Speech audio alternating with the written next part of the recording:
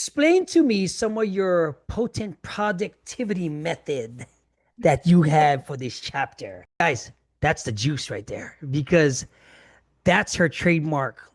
If you want to be potent, you want to be productive, this is her method. Explain some of that for the businesspreneurs watching. I mean, the potent productivity method has three distinct phases, really. Firstly is the foundations. Like I spoke about before, if you don't have really clear, solid foundations, that's where the majority of your doubt and your overwhelm will come from. So when you can really be very clear about what it is that you're doing, who you're doing it for, what your USP is, what your offer is, what your, how people are going to contact you, and how you're going to check that those people are really paying attention to you, then you have a lot less doubt. And when you have less doubt, then you get more stuff done. The three areas of the potent productivity method are really about eliminating doubt and just layering up all of these ways of eliminating doubt. So the second part of the method really is about creating balance in your business. And then we come to a point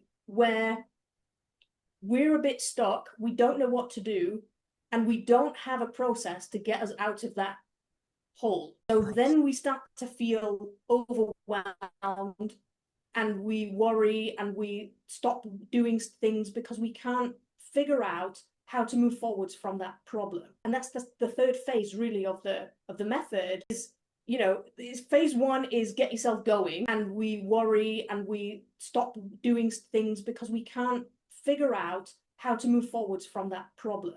And that's the third phase really of the method is, phase one is get yourself going, like I was just about to say, yep. The second phase is really like get stuff done and make sure you're doing it in all the areas of your business, not missing anything out. And if you are, get somebody else to do it. And then the third thing is what happens when things go wrong. How can you face the reality of what the situation really is and create a plan to get out of that? Because when you don't have a plan, that's when you start to worry and you start to doubt yourself, and all those layers of doubt start to creep in again. So really that's what the method is all about.